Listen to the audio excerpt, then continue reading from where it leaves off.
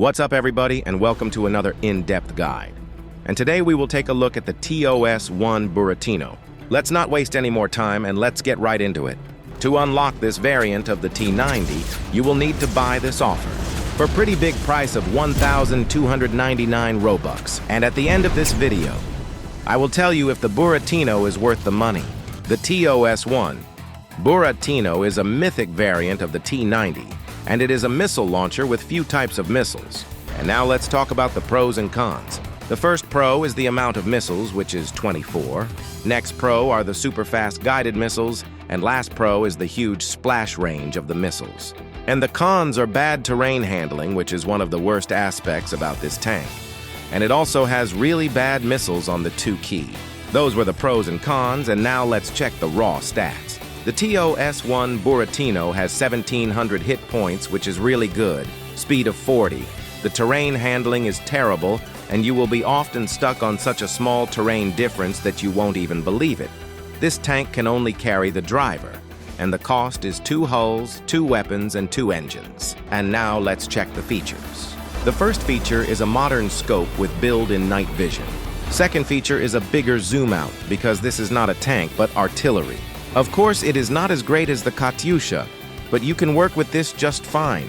And the last feature is a smoke, which can make you immune to any laser lock-on, and it also provides visual cover. Now that we know the features, let's check the armament that the Buratino has to offer. It has indirect missiles, which are artillery missiles that fly in an arc. Next, we have the rockets on the 2 key, and these things stinks. And last, we have the guided missiles. Those were the weapons, and now let's check their stats. The indirect missiles have base damage of 300, APC damage is 200, tank damage is 200, helicopter damage is 500, plane damage is 1,000, ship damage is 200, hovercraft damage is 200, and these are the effective damages of these missiles. It also has firing range of 1,600 studs, which is the maximal distance where the missile will land. It has 14 of these missiles, and it has a reload of 30 seconds. The rockets have a base damage of 300. APC damage is 120. Tank damage is 200. Helicopter damage is 200. Plane damage is 200. Ship damage is 200. Hovercraft damage is 120.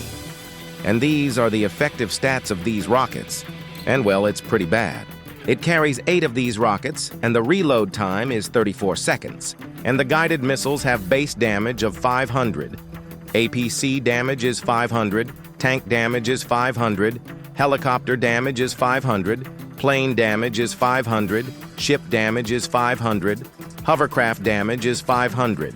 And these are the effective damages of these powerful guided missiles. Buratino has 2 of these missiles, and it reloads them in impressive 23 seconds. Now that we are done with the stats, let's talk about some tips and tricks. First tip is to use the zoom out and be aware of your surroundings, because most of the times you are able to see the enemy first before it sees you.